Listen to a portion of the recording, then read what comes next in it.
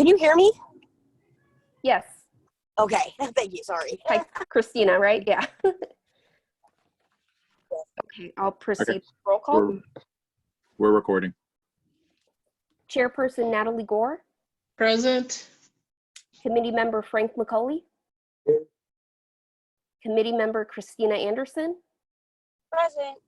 Committee member Tommy Chang. Present. And I believe committee member Dan Sherman is absent, as is Vice Chairperson Amir Pagavis. Agenda review. Has everyone had an opportunity to look at the agenda, and are there any items that they would like to change or? Well, Cypress is spelled wrong. I don't know if that makes a difference or not. And where it says, let me see what item it is. Oh, is there items? Okay.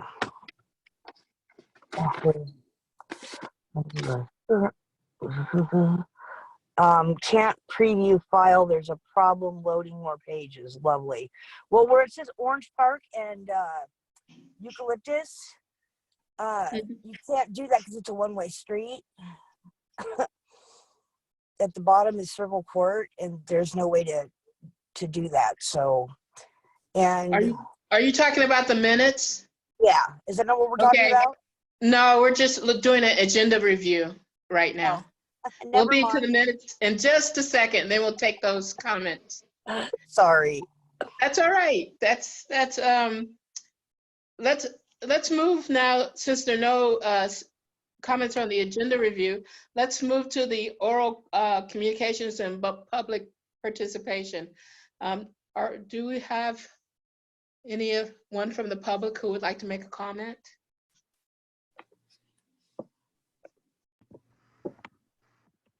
I don't believe we do, and we have not received any calls or emails from the public. Okay, and we'll move on to approval of the minutes. Christine? Yeah. The street name Cypress is spelled wrong.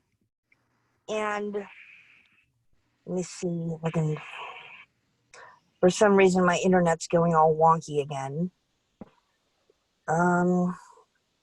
Where it says, I'm just going by memory because it won't load for some reason. I don't know why. Where it says Orange and Eucalyptus, that's a one-way street called Circle, and it's a one-way street, so I don't know how they'd be able to. And let me see, there was one other thing.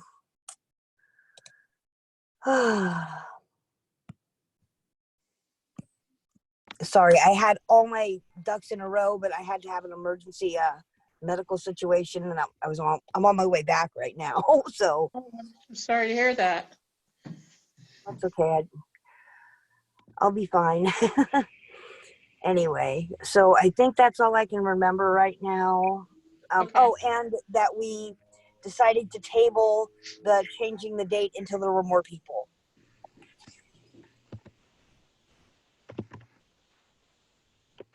Okay.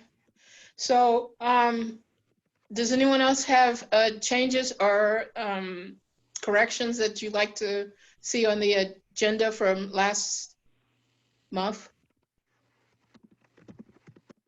Can you hear me? Yes.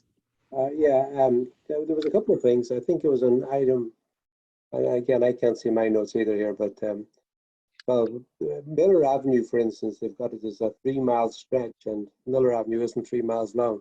I think it probably meant to be 0.3 at best. Yeah.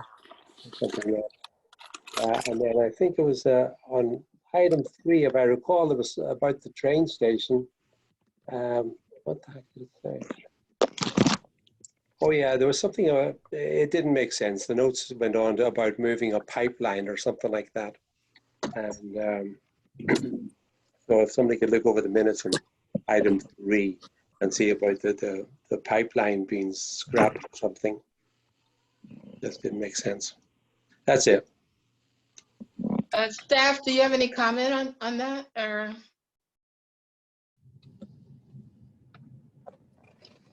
We'll take a look at the minutes. Unfortunately, that was from our last recording session, which was from GoToMeeting. So a lot of things did not translate well. So Yeah. staff will take a look. Okay. But we're in Zoom now, so it'll be a lot easier to manage. So, committee, are we ready to approve this with the amendments that we talked about, or would we like to wait until we get the changes and then maybe approve them next month? I trust staff to make the changes. Yeah. Okay. So as I understand it, it was a little blur. It didn't come through. You would like to vote on this right now and with the amendments that we discussed? Correct. Okay. So I'm going to ask for any other comments, and if there are none, then may we have a motion to accept the minutes with the amendments that were discussed or the changes that were discussed? I'll make a motion to accept the minutes as discussed. Is there a second?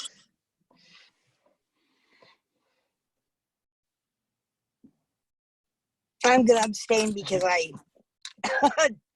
Do Yeah. we have a second to the motion?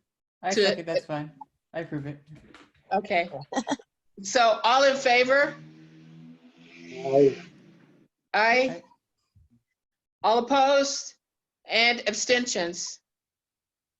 So ayes have it. So the minutes with the discussed changes have been approved from last month. Now we're moving to administrative business. The first item is the bicycle detection discussion. All Hi, right, guys. Yeah, Um, joining us tonight is Bianca Liu from our engineering division. And actually, let me pull up that application. So take it away, Bianca. Sorry about that. Hi, guys. Yeah, I'm Bianca from the engineering department. So I just wanted to bring up the topic of bicycle detection for our traffic signals. So recently, BPAC put out a grant call for projects, and it's for this, which Chris has added to the screen. So it's the Transportation Fund for Clean Air. And just a short background on this, it's these funds are the funds that we have been received from last year, but now CCAG has received $550,000 to give to transportation agencies as well as city and county agencies. So, Chris, if you don't mind, I wanted to scroll down to just eligible projects. That one section of it. Perfect. So there's a few different types of eligible projects, and in particular, what I wanted to show you guys was the arterial traffic management projects utilizing technology. So on a call with CCAG earlier, basically something that they are looking for in this grant to award different cities and agencies is for different cities to basically leverage innovative elements in smart technology. So here you'll see that, you know, the brief description is these arterial traffic management projects improve traffic operations, enhance safety, and increase mobility using advanced transportation technology. So example projects are the Smart Corridors Incident Management Infrastructure, ATS, Automated Traffic Signal Performance Measures implementation, and adaptive signal control technology. So we're very fortunate, actually. I'm not sure, I don't want to get too deep into the traffic signal world, but we did receive a grant to implement the Smart Corridors Incident Management Infrastructure, which is basically a project which will detour along the 101 whenever there's an incident, so say an accident. Now we're able to detour cars through like appropriate signage, those electric signs that you'll see on the freeway, the most, you know, to an appropriate route. Basically, managing traffic. And then in addition to that, we also received a grant from MTC for implementing an automated traffic signal performance measures software. So in short, this software that we implement, it'll be able to take data from the controller at each traffic signal and bring it to a central system, which will be located within the city's courtyard. And it'll be basically this computer that will have a bunch of information about the traffic signal. So rather than going to each controller, pulling data and figuring out what's the issue with timing when we get a complaint, now we're able to go onto the computer, be more proactive rather than reactive. So that's kind of what it is. But because we have this technology, one thing that I'm hoping we can propose as a project, as part of this call project, is bicycle detection. So one thing that we've heard at Public Works is oftentimes, a bike will be sitting at a signal, particularly east of 101, and they'll be like, I waited so long, it didn't detect me, because what we use right now are bicycle loops, which basically when you're sitting on the loop, then it'll detect you, and then, depending on how it's, how we've done the inputs and how we've done the signal timing, it'll prioritize the bicycle, or bicyclist. So what we want to basically propose, or we're thinking about proposing, is video detection. So now, by switching from loop detection to video detection, we're able to detect them, create its own loop and detect them via video. And in general, we've heard good feedback about this from other cities. Have you guys, so what I'm looking from you guys here is just your input on what your experience with, being at a traffic light, what you've seen, where, challenging areas, and what you think about us proposing, to switch to video detection, if you think it is something that you've heard a lot about, or you have negative comments about, just that kind of input. So I had a question on, so most of the light sensors in South City right now, are they induction loop sensors? Yeah, we have loops. We also, so we do have some videos. The majority of the videos, like at the locations where we do have video, they don't have the ability to do bicycle detection now. Yeah.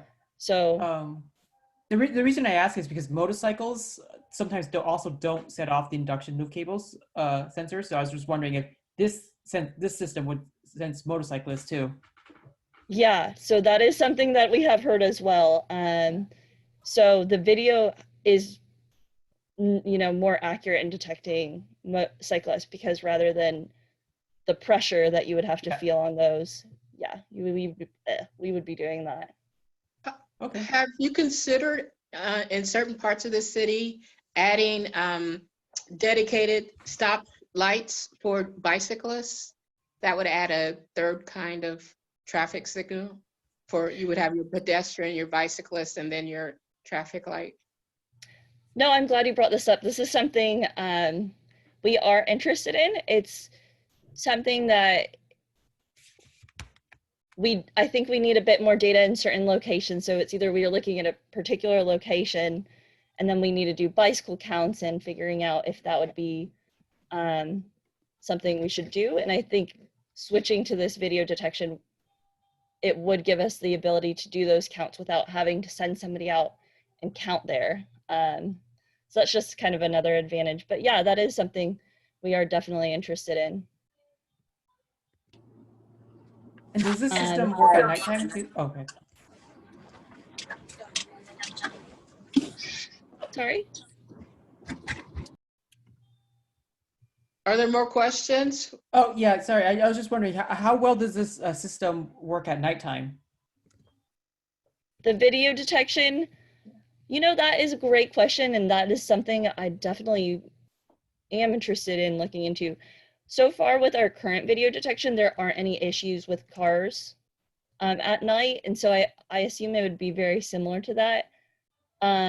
Just so you guys know, I mean, I've been looking into different bicycle detections, just part of this grant.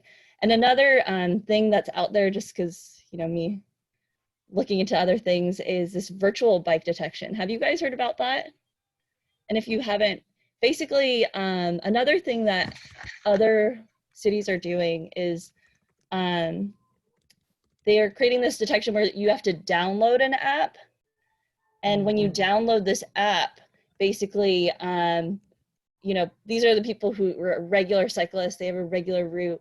And when you get close to a signal, rather than being within the video detection, now it's sending something via Bluetooth to the controller, which sends it to our traffic signal. So that's kind of just another interesting thing. I think the video detection, in my opinion, would be more helpful at this point for us. But if you guys, you know, I'm open to listening to your input. And basically, I also want to hear if you guys agree, if you think this is something, you know, you think. How are you going to choose the intersections that will get the video detection? So a few different things we need to do. So as part of this application, we need to do a cost, basically a cost benefit analysis, which is kind of formulaic. So right now, I'm mainly focusing on the routes that you know, we're implementing the smart corridors, as well as the ATSPM, which we received the grant for east of 101 traffic signals. But if west of 101, you know, depending on the cost benefit ratio and what the cost turns out to be, I think, you know, maximizing the locations is really what we want to do, you know, to get the appropriate counts. But from what I've seen, there's a lot of bicyclists going to the east of 101 area. Well, maybe not exactly right now, but in general. If I may, Bianca, I was in charge of that division for a long time, 30 odd years. So yeah, I've worked with pressure loop pads and inductance loops and video, and I started changing to video 15 years ago.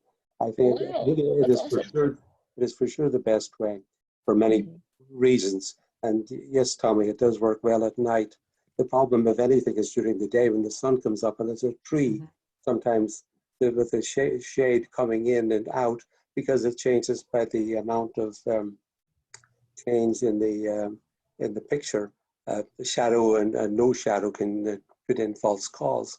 But otherwise, it's excellent, and it's directional oriented. So if a car's big trucks coming into an intersection the wrong way and cross over the old detection loop, they would have put in a call.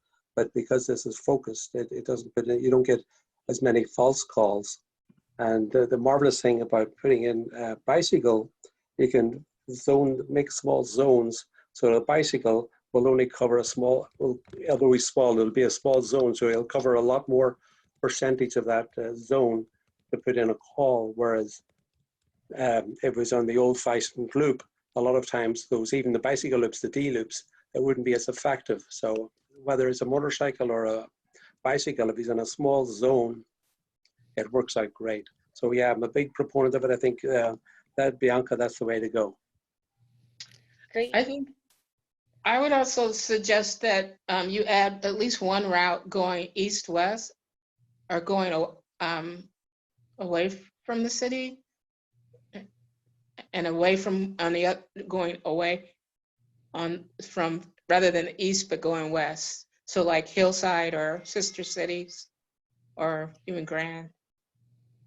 Yeah, definitely. I think if, so we definitely have the most leverage in those locations where we have new controllers, as well as those other programs. But Grand Avenue and Hillside are definitely the main corridors that I would want to propose after. But it is dependent on certain infrastructure as well, such as the upgraded controllers. So I am working with our traffic signal team to try and figure out exactly what we would, you know, which locations have that, as well as which locations need the upgraded cameras. But But thank you. That's great to hear. Are there any additional questions for Ms. Wu? Great. Thank you very much. We look forward to hearing more about the project. Great. Thank you, everyone. The next item on the agenda is 124 Airport Avenue, 100 Produce Avenue, the new multifamily residential development. All right, BPAC members, I just want to now hand off to Mr. Tony Rozzi and provide a little, say hello there, sir. I was just going to hand it off to you. Hey, BPAC, it's been a long time. Good to see everyone virtually. Tonight, we're bringing you a project that's been in the works for quite a while. In fact, it's had a submittal for a couple years, and it is now moving through our process diligently. 480 units at 2 different parcels, but really the last 2 parcels before you get to Produce Terminal and onto the freeway. So 124 Airport and 100 Produce Avenue are proposing 480 units, and went to Design Review Board a month and a half ago, and got some really good feedback. And one of the specific things that the Design Review Board members shared was that they really needed to think and refocus on that ground floor experience and what the pedestrian and bicycle improvements might look like. So the applicants are here tonight from Hanover representing the property to walk you through some of those improvements, some of that vision, and hopefully get some great feedback on if they're heading the right direction. So we can start preparing a revised application for the Design Review Board. So with that, I think Zach Anderson's going to be the speaker for Hanover. Does that sound right, Zach? And we can share our, hello, sir. Yeah, I will be one of several, yeah, but I will be kicking things off here. Yeah, we can thumb through for you, or we might even be able to give you control if that's more effective. If it's possible to give me control, that would be great, but if not, we can make do. Oh, let me do that right now.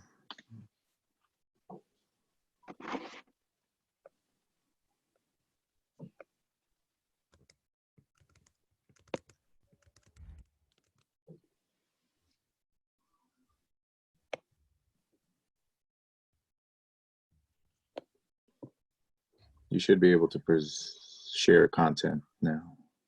Okay, I'm the host now. Let's see here.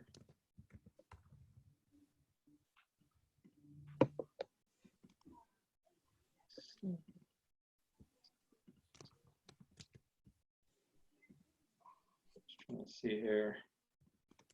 I'm less familiar with Zoom. Yeah, you have a couple options. You can share your screen and then pull it up yourself and be able to have control if you've got the presentation ready. If that's a pain, I'm happy to, or Chris and I can thumb through it for you.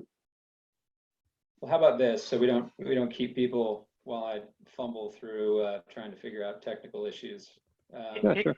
Yeah. Hey, Zach, I can share my screen and then you can just help, advance the slide. I can just share it. I got it up here. That'd be great. Thanks, Scott. Sure. Let's find you here, Scott. There you are, S-U-D-A-L. Yeah, so everyone,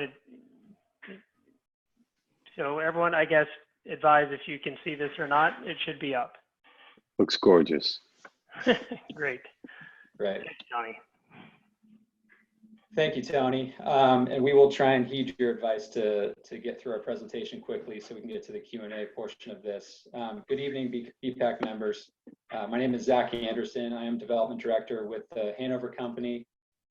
Also online here is Scott Udall, who you heard just a moment ago, who is our development partner for the Bay Area. Hanover has partnered with PS Business Parks, the longtime landowner of these parcels, and we're excited to bring this project before you tonight. I'm just going to give you a quick overview of the project, and then I'll pass things over to Robert Collins from TCA Architects to walk you through the architecture, and then Matt Shearer from GWH Landscape Architects to walk you through the landscaping. Thank you. So the proposed project consists of 480 total units in 2 buildings, as Tony mentioned, separated by San Mateo Avenue. Both are 7 stories in height, with 5 levels of residential over 2 levels of garage, and consist of studio, 1-bedroom, 2-bedroom, and 3-bedroom units. 124 Airport Boulevard, which we refer to as Building 1, has 294 units, and 100 Produce Avenue, or Building 2, has 186 units. The combined parking ratio for both buildings is roughly 1.17, and we have proposed double the required number of long-term bike parking spaces in each building. Next slide. So this is the list of public benefits that we included in our last submittal to the city in March, which includes our TDM plan, new streetscape and landscaping improvements, which Matt Shearer will get into in a little bit. However, this list does not include a new item, which we'll be sharing with you tonight, which is our proposed plan for improving the pedestrian tunnel that runs along Airport Boulevard under the train tracks and connects our sites to downtown. Next slide. Next slide. Thank you.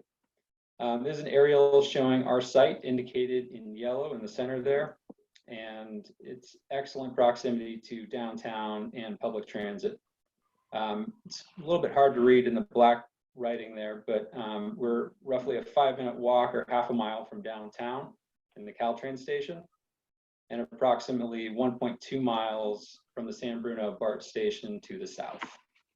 And with that, I will kick it over to Bob to get into the architecture. Good evening, everybody. Can you hear me okay? Yep. Okay, great. So just zooming in a little closer, our 2 lots, 124 Airport, 100 Produce. We're bounded by those streets bisected by San Mateo Avenue. To the west of both sites is Colma Creek. There's a pump station adjacent to the Building 1 property you see there. The rail right of way is adjacent to the Building 1 property as well. And then we have the underpass where Airport Boulevard slips beneath the rail right of way, just adjacent to the northern tip of that site. So we can go to the next slide. So our project proposes the two buildings, 2 ground floors, a combination of parking and amenity spaces. The amenity spaces are gathered around San Mateo Avenue and extend down Airport Boulevard and Produce Avenue. We can go to the next slide and look a little bit at the connectivity.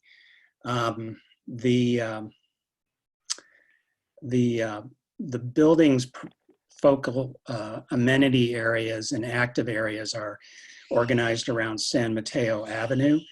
The yellow boxes you see there are where we have our main entries, building lobbies, lounges, fitness areas. There's, in addition to the 2 central entries off San Mateo Avenue, Building 1 on the left has an additional building entry off Airport Boulevard, which is adjacent to one of the garage entries. And Building 2 has an entry off the rear of the site, adjacent to the building entries. The green dash line shows, and adjacent blue line shows bike and pedestrian connections to downtown and then up into our site. The focus of the pedestrian activity is San Mateo Avenue and then the connecting frontage that extends from these 2 sites downtown along Airport Boulevard.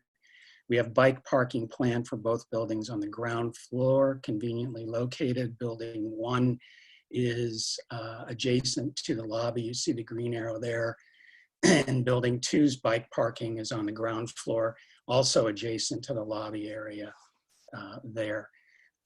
In addition, we have some striped areas for pickup and drop off. Those are the yellow rectangles you see that are in front of each of the buildings. The main garage entries for the bulk of the parking are located at the bottom of both sites across the street on San Mateo from each other. In addition, each building has a right-in, right-out. Building 1 off Airport Boulevard, building 2 off Produce. So we can go to the next slide. This is a close-up view then of building 1. Just wanted to touch on this briefly. You see the main building entry to your right. Bike lounge is planned, fronting Airport Boulevard, adjacent to the lobby. Leasing provides easy access for the bike parking, and then from there, easy access to the building elevators. A secondary lobby is planned, as I mentioned, to the left side of the building plan. I should note that the rear of this site, which fronts the pump station on the lowest level, is a gated area that primarily serves to provide egress from the emergency stairs out of the property and then access for fire into the property. We can quickly go to building 2 then. And the building 2 plan, similarly, parking with the lobby lounge located fronting San Mateo, the adjacent bike parking, building entry to the bottom of the screen. We can go to the next slide, and then Matt Shearer with GWH can talk a bit about the streetscape improvements. Thank you, Bob. I assume everyone can hear me okay. Great. So overall site plan here showing building 1 and building 2. We're tying into the existing sidewalk on Airport. We're showing a 6-foot sidewalk and a 6-foot continuous parkway planner. We're using that parkway planner to make up some of the grade differential between the curb and the finished floor. You'll notice that on Airport and Produce, the street trees are actually on the back of sidewalk. We've got an existing gas line that runs along Airport and Produce, so we've shifted the street trees accordingly. On San Mateo, we've pushed those street trees back to that continuous parkway planner. The other thing we're using the parkway planner for is our fixed bike racks. We've got 6 racks at each building for a total of 12 spots on the streetscape. Next slide, Bob. Thank you. So here's an enlarged plan of building 1. Obviously on the left-hand side, we've got an existing tree grove that we're proposing to turn into a resident pet relief area. So we'll maintain some of the existing Canary Island pines and provide a program for our residents. 6-foot tree parkway planner, 6-foot wide sidewalk, and then as you come along Airport and turn down to San Mateo, that widens out where we have our plaza area, and this is our Uber or rideshare drop off. So it's more of a hardscape condition so that you can get from the streetscape to the sidewalk more efficiently. Shooting over to building 2, very similar conditions, a 6-foot wide parkway planner, a 6-foot wide sidewalk. We've got that grade change I discussed, so the buildings have a ramp and stair condition to each lobby location is shown there, adjacent to San Mateo. And that's generally an overview of the ground floor landscape here. The next slide we're showing, as was mentioned earlier, we started to look off-site at the existing pedestrian bicycle access through the tunnel under the rail. So these are just photos of kind of existing conditions. It's about a 8 to 9 foot high space. It's about a 10-foot wide sidewalk, 8-foot wide sidewalk, excuse me. And then moving forward in the slide, we've thought of some kind of opportunities to treat this area with either lighting on the pedestrian side. These are images of lighting that's been used to enhance pedestrian tunnels elsewhere. Really looking at this as a jumping off point for discussion for preferred method to deal with that bicycle and pedestrian tunnel.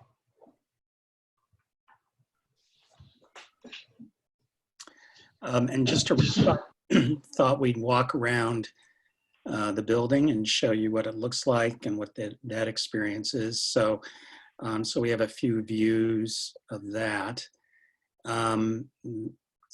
This would be a view from the train, from the tracks, the overpass over Airport Boulevard. This is building 1 you're looking at in the foreground. And you can see in the foreground the sidewalk coming from underneath the underpass that Matt was just talking about and moving up. You can see we have a fair amount of grade change at this end of the building.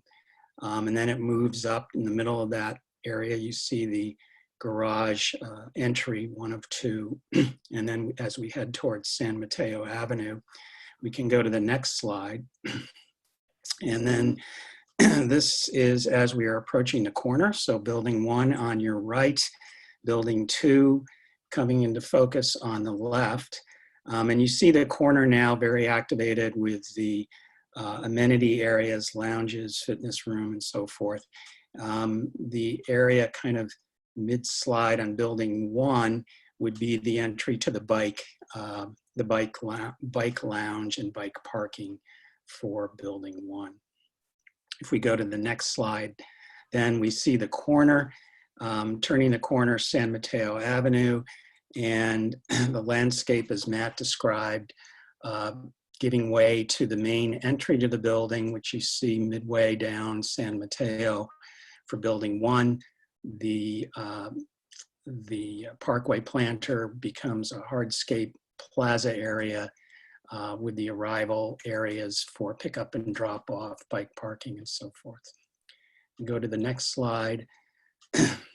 We expect less pedestrian activity along building 2 as this street leads you ultimately to the freeway.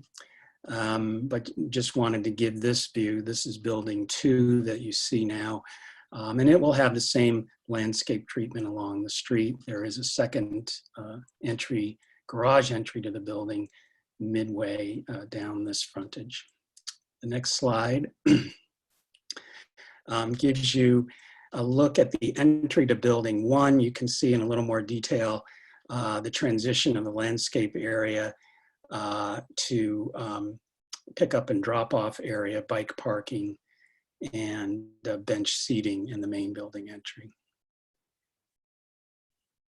And then the last slide just gives you a little aerial view. We focused a lot more on the ground floor experience for this building, but of course there's a lot going on up at the 3rd level.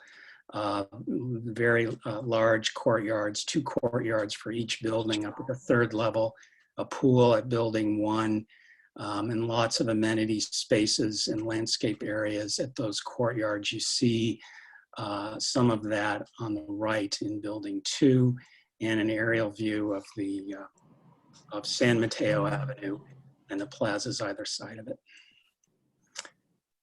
And I think that that is our slides. Okay, great, thank you. Are there, open the floor for committee members to make comments. Yeah, this looks really great. I like the design of it. I think it'll be good to improve like the density of the area. I had some few comments. One is in the renderings, I don't see like a dedicated green bike lane to help, you know, those access to those bicycle parking areas. So how will bicyclists, are they expected to share the road with the road, or are they expected to ride the sidewalk?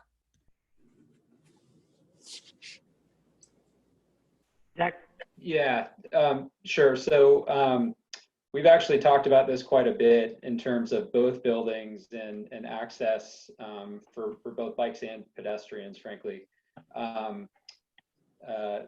Coming out of both building 1 and building 2, where the main lobbies are located, and then also the secondary lobby on building 1, which is a little further north on Airport Boulevard.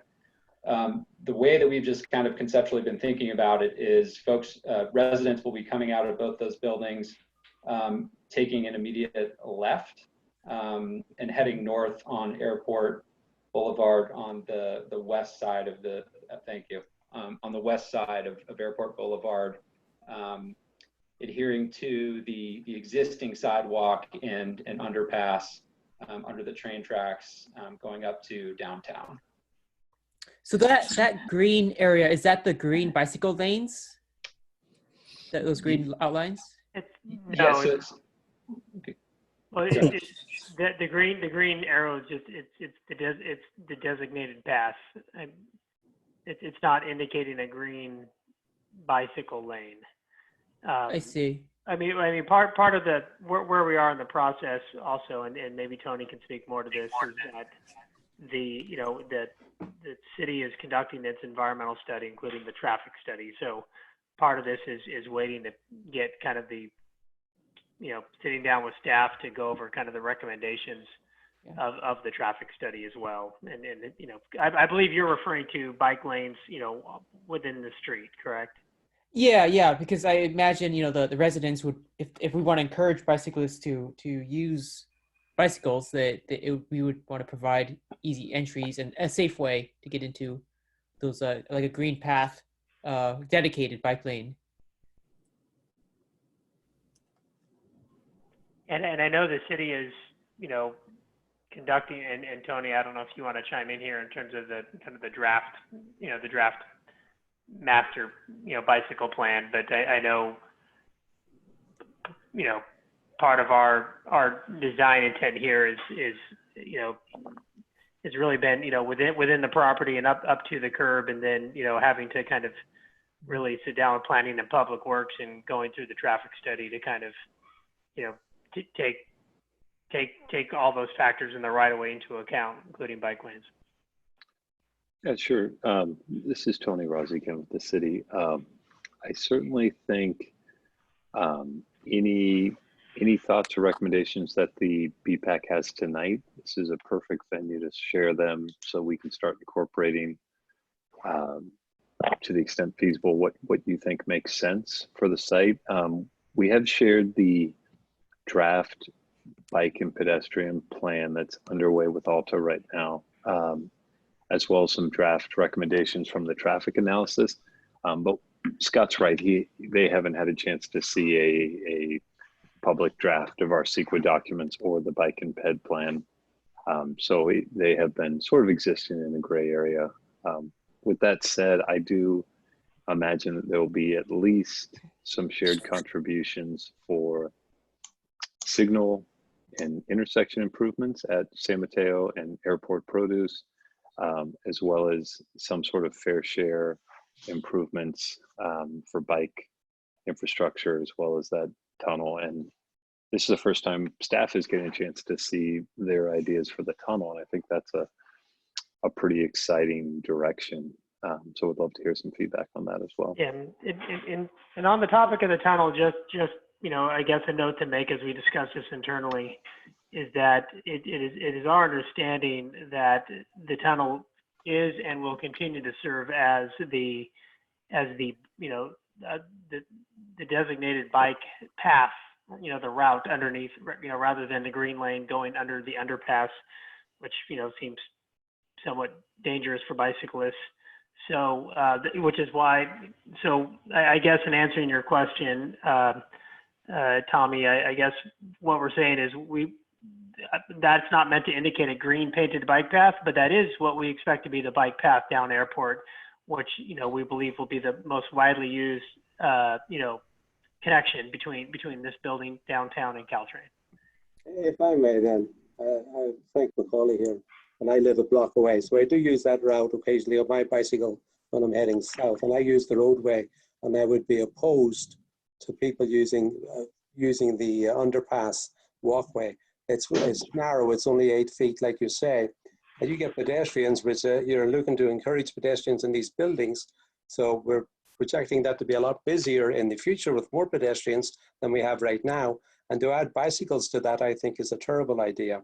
So I agree that the underpass isn't the safest, but bike lane or sharrows or whatever you can do to make the bicycles get off the sidewalk and ride on the road is a way to go, and not through that underpass. The underpass has its own problems. It's narrow, it's dark. I know you see they put the lights in. We've had problems with that for 40 years. But don't be adding bicycles, especially two-way bicycle traffic, two-way increased pedestrian traffic. I think it would be a recipe for disaster. So there you have it. No, I appreciate that feedback, Frank. Yeah, the development team's at a bit of a disadvantage in that without concrete improvements specified in the draft bike and ped plan, they've certainly been trying to sort of make sense of what feels like the right design and the right sort of safety protocols. But I think over the coming months, we'll have a better sense of kind of how that bike improvement from Grand Avenue and Airport, which is going to be quite strong with the new Caltrain station, how we make that transition to this southern half of the downtown that has kind of always been designed and meant to move cars as quickly as possible towards the freeway. It's a big design challenge for us.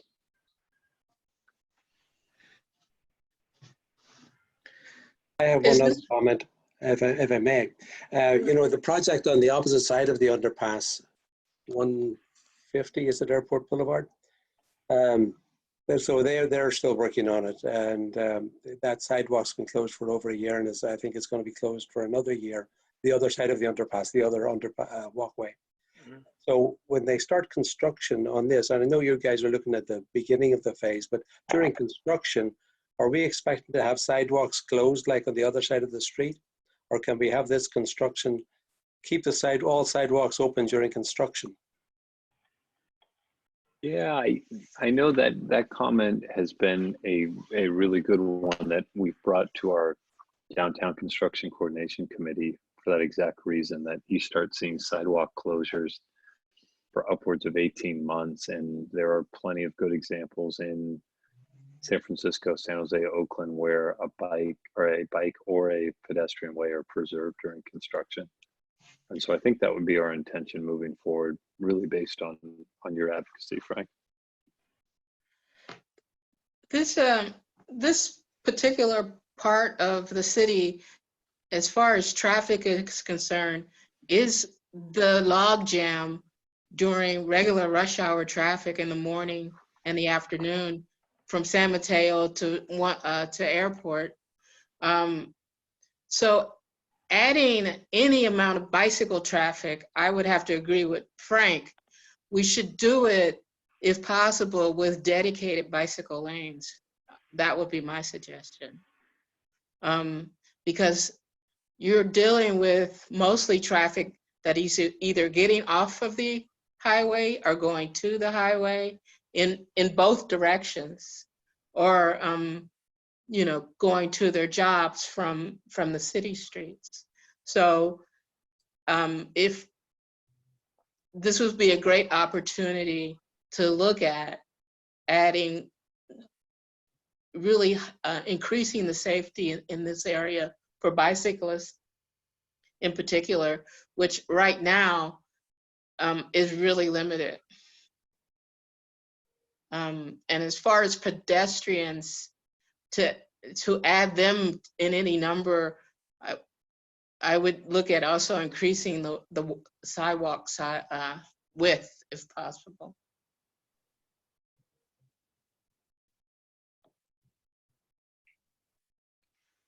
Yeah, I appreciate that feedback.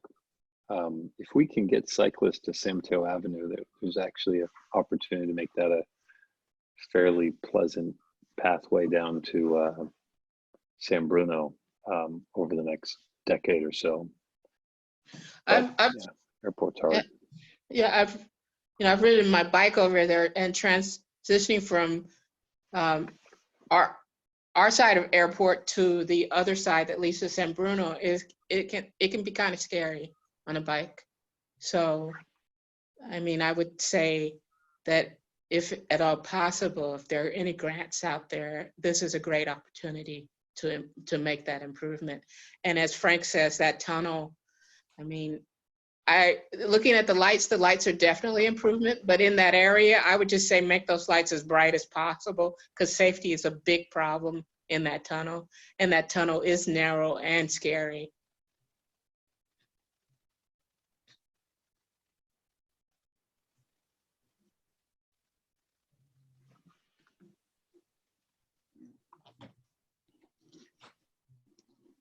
Are there any other comments? Those are my comments. So. Thank you.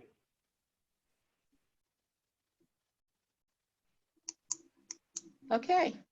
Well, thank you very much for your presentation.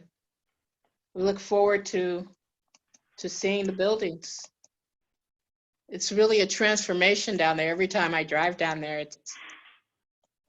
it's like it's a new city.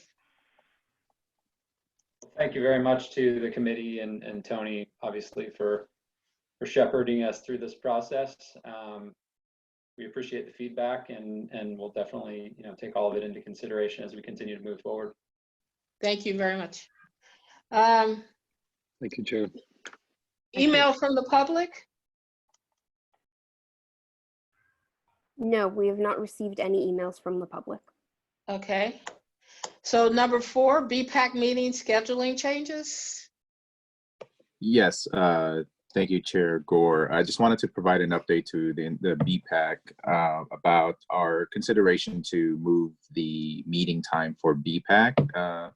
And what we actually have been working with myself and and Jen Rosas and our planning manager, Salish Mera, have been working with the other committees, the Traffic Safety Commission and the Parking Place Commission. And what actually they were more amenable to moving their meeting date to ours in the first Wednesday of the month. So that is the big update. But what we actually wanted to now have you consider, and we don't have to take a vote on it tonight either, but the consideration is that because now we're going to be shuffling 3 of these meetings back to back on the first Wednesday of each month, that we are looking to move BPAC start time from 6 p.m. to 7 p.m. And then we would have those 2 other committees starting at 5 and 6 p.m. So, I mean, our meetings can run up to 2 hours long. Is that typical for the other groups as well? No, that's something that we are, myself, Jen, and Salish are making sure that once we do all move to that first Wednesday of the month, that we cap presentations to 2 and make sure that these meetings don't overlap each other and don't run up to 2 hours. So that's sort of the goal, so that we're trying to make sure we improve upon. So we would adhere to strict at least 1 hour meetings for each of these committees. And that can be done by essentially shortening our agendas if we don't have that much to talk about, and to limit the number of presentations like what we have tonight. Okay. Mm-hmm. It's for the committee, it's the floor is open for you to discuss, for us to discuss. Well, since we're not going to move on it tonight, but I like it. It's 7 o'clock and then we're the last. So Natalie, if we go on a bit longer, who cares?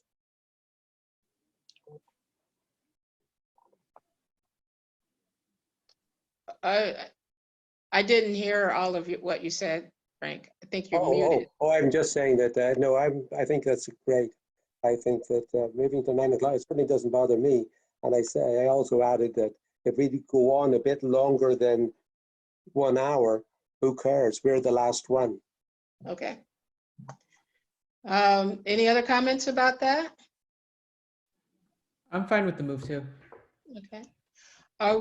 Are we ready to accept this proposal, or would we like to think about it another month?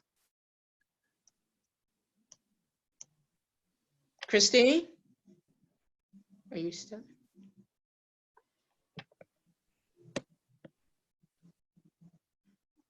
Okay. Well, since not all of our members are here, Amir, and perhaps we should vote on it come prepared to vote on it next month with just moving our meeting an hour later. Is that acceptable to everyone? Yes. Yeah, I was on mute. Oh, okay. Did you have any comments about moving the meeting later? I'm fine either way. Okay. Okay. So is that okay, Chris, to bring this up for a vote next meeting? Yes, that's totally fine. We wanted to make sure we run it by you first, and we'll send a larger email out to make sure that the other the absent committee members are aware of this change and to get their input. Great. What's actually going to drag this on a little bit is that for the Parking Place Commission and the Traffic Safety Commission, those require city council actions to move their dates and times. So that's something that we have, Felicia and I and Jen are going to have to pursue with city council. Won't that the same be true of us? I think maybe I'm pretty sure the time is in our ordinance. We'll double check on that, but I think that what I've seen for all three commissions is that it's just a specified date of like first Wednesday of the month. I think that was what I can confirm that. Okay. And if we need the city council action, then we'll bring that same one to them as well to change the time from 6 to 7. So if there are no further comments on that item, then we're moving to committee comments. Are there any comments from the committee?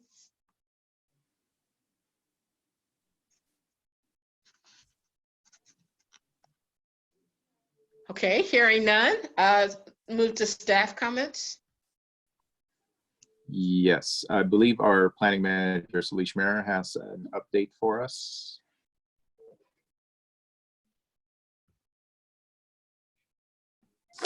Thank you. Good evening, Chair Gore, members of the committee. We are looking to convene a special joint meeting of the BPAC, the Parking Place Commission, Traffic Safety at the end of this month, and it will likely include a tour of that first completed segment of Rails to Trails and perhaps the frontage, the newly constructed sidewalk on Gateway adjacent to a new amenity building that Alexandria has built. We'll shore up the date and time in the next week or so, and we'll send out a formal invite. We will likely get Councilmember Carol Matsumoto to join us, and perhaps a couple of individuals from CCAG as well. So we'll keep you posted on that. And if there are other things in that general vicinity that you want to focus on or that you think the group could benefit from, let us know, and we'll try and accommodate the committees to visit that site as well. But we're looking forward to this. We really see this as a fun outing. We'll all have to be socially distant and wear our masks and observe all safety protocols, but really excited to go out into the field with all the three committees. Thank you. Sounds like a fun trip. I had a question about the bicycle and pedestrian plan. Do you know when they'll be bringing it back to the committee to look at again?